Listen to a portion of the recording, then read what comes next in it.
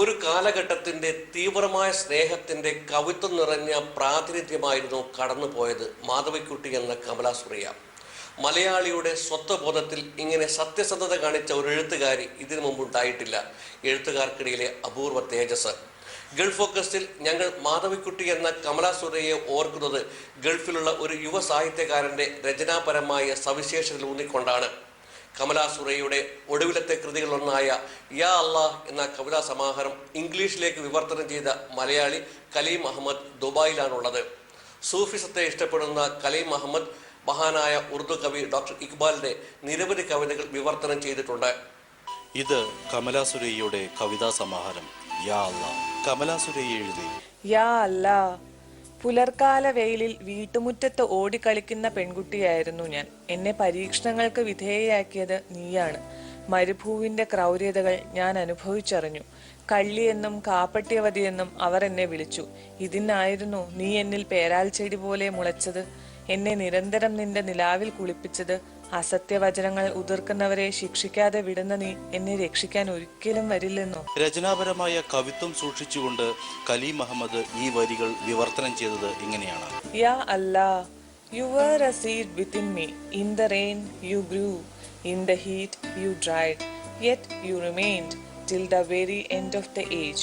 Endless you are, you need no farewell. I have felt the tremor of clouds in my heart. There was only my blood to fertilize you, yet you sprouted and grew as a tree, with twigs and branches and bunches of flowers. I plucked your sweet roots and savored it. സ്വന്തം ആത്മാവിൽ ഇറങ്ങിച്ചെന്നുകൊണ്ട് സൂഫിസത്തിന്റെ ഓരം ചേർന്ന് ജീവിക്കാൻ ശ്രമിച്ച കഥാകാരിയുടെ ആത്മാലാപനം. സുരയ്യ, നീ ഏകാകിനിയല്ല.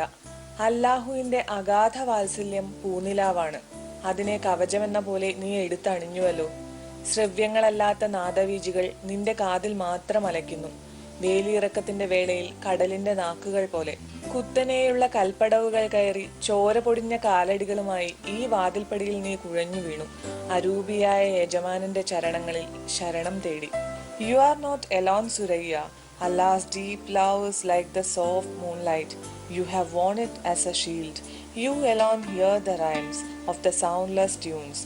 As the sea's tongue at the ebbing of the tides, toiling to reach up these steep steps, you fainted at the door with your soft bleeding feet, seeking the formless guardian's care.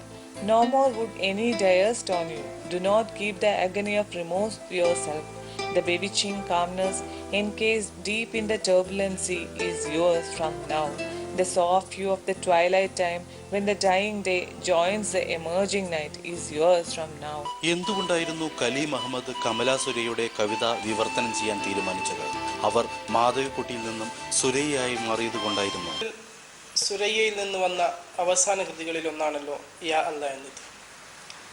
ഈ കൃതി ഇതര കൃതികളിൽ നിന്ന് വ്യത്യസ്തമായിട്ട് സൂഫി ചിന്തകളുടെ വലിയ ഒരു ലോകം തുറന്നു കാണിക്കുന്നുണ്ട്. ഇക്ബാലിൻ്റെ കവിതകൾ പോലെ, റൂമിയുടെയൊക്കെ കവിതകൾ പോലെ സ്നേഹത്തെ ഹൃദയത്തിലേറ്റുവാങ്ങിയ സൂഫിയുടെ വല്ലാത്ത ചിന്തകൾ പൊട്ടിത്തെറിക്കുന്ന രീതിയിൽ ദൈവത്തോട് ചില സമയത്ത് ചോദ്യം ചോദിച്ചും ചില സമയത്ത് സ്നേഹിച്ചും ചില സമയത്ത് പൂരിപ്പിച്ചുകൊണ്ടുമൊക്കെ സ്നേഹത്തെ ദൈവിക സമർപ്പണത്തിൽ സമർപ്പിക്കുന്ന കവിതകളാണിത്. ഉദാരമതിയായ കമലാ സുരയ്യയുടെ സ്നേഹസാന്ദ്രത അനുഭവിച്ച കലീം അഹമ്മദ് യാ അല്ലാഹ് വിവർത്തനം ചെയ്യാൻ തീരുമാനിച്ചപ്പോൾ ഒരു അമ്മയെപ്പോലെ വാത്സല്യമൂർത്തിയായി മാറിയ അവർ സന്തോഷത്തോടെ സമ്മതം നൽകുകയായിരുന്നു. റോയൽറ്റിയൊന്നും വേണ്ട എന്ന് ആഹ്ലാദത്തോടെ പറഞ്ഞ കമലാ സുരയ്യയുടെ ഔദാര്യം മാത്രമല്ല, ഒരു മകനോടെന്ന പോലെ പെരുമാറിയ മാതൃത്വത്തിന്റെ സ്പന്ദന സ്പർശം കലീം അഹമ്മദ് അനുഭവിക്കുകയായിരുന്നു. ഇങ്ങനെയും നമുക്കിടയിൽ ഒരു എഴുത്തുകാരി ജീവിച്ചിരുന്നെന്ന് ഇനിയുള്ള തലമുറയോട് പറയാൻ ഒരു മാധവിക്കുട്ടി മാത്രമേ ഉണ്ടായിട്ടുള്ളൂ. സാഹിത്യരചന, കവിത്വം എന്നൊക്കെയുള്ള കാര്യങ്ങൾ ഏതോ വലിയ ഭാണ്ഡക്കെട്ട് തലയിൽ വെക്കുന്ന കനമുള്ള ഏർപ്പാടാണെന്ന് കരുതുന്ന സാഹിത്യകാരന്മാർക്കിടയിൽ പച്ചയായ ഒരു സ്ത്രീ, ഒരമ്മ, സഹോദരി, ഇതൊക്കെയായിരുന്നു കമലാ സുരയ്യ. കലീം അഹമ്മദിന്റെ ഓർമ്മയിലേക്ക് ഈ ഒരു ആവശ്യവുമായിട്ട് ഇങ്ങനെ ഒരു ആഗ്രഹം ഉണ്ടെന്ന് അവരെ അറിയിച്ചപ്പോൾ വളരെ സന്തോഷമായിരുന്നു. യാതൊരു നിഷേധവും പറഞ്ഞില്ല. അവർ പറഞ്ഞത് മകൻ നാലപ്പാടിനെ വിളിച്ചിട്ട് എനിക്ക് വേണ്ട സൗകര്യങ്ങൾ ഏർപ്പെടുത്തി തരാനും ചില കവിതകൾ വായിച്ച് കേൾപ്പിക്കാനൊക്കെയാണ് പറഞ്ഞത്.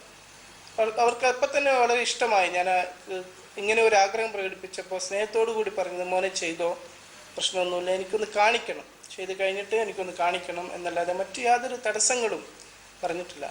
ഇംഗ്ലീഷിൽ എഴുതുന്ന വലിയൊരു എഴുത്തുകാരി എന്ന നിലയിൽ എനിക്കൊരു ശങ്കയുണ്ടായിരുന്നു. ഇംഗ്ലീഷിലേക്ക് അവരുടെ കൃതി വിവർത്തനം ചെയ്യുക എന്ന് പറയുമ്പോൾ ഒരു ഇംഗ്ലീഷ് എഴുത്തുകാരി ആയതുകൊണ്ട് അനുമതി ലഭിക്കുമോ എന്നൊരു സംശയം ഉണ്ടായിരുന്നു.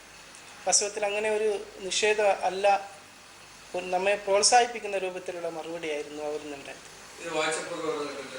അത് വായിച്ചു. അവർ വായിക്കുകയല്ല ചെയ്തത്. ആ സമയത്ത് അസുഖമായിരുന്നു. വായിക്കാനും എഴുതാനൊന്നും കഴിയാതെ അസുഖമായി കിടക്കുന്ന സമയത്താണ് ഇതിൻ്റെ രചന പൂർത്തിയായത്. MD നാലപ്പാടാണ് വായിച്ചു കൊടുത്തത്. അദ്ദേഹം വായിച്ചു കൊടുത്തപ്പോൾ കുറേ സമയം എന്തോ ഒരു പ്രത്യേക ചിന്തയിൽ ഇരിക്കുകയും ചില സ്ഥലങ്ങളിലൊക്കെ വല്ലാതെ പൊട്ടിക്കരയുകയും ചെയ്തിട്ടുണ്ട്.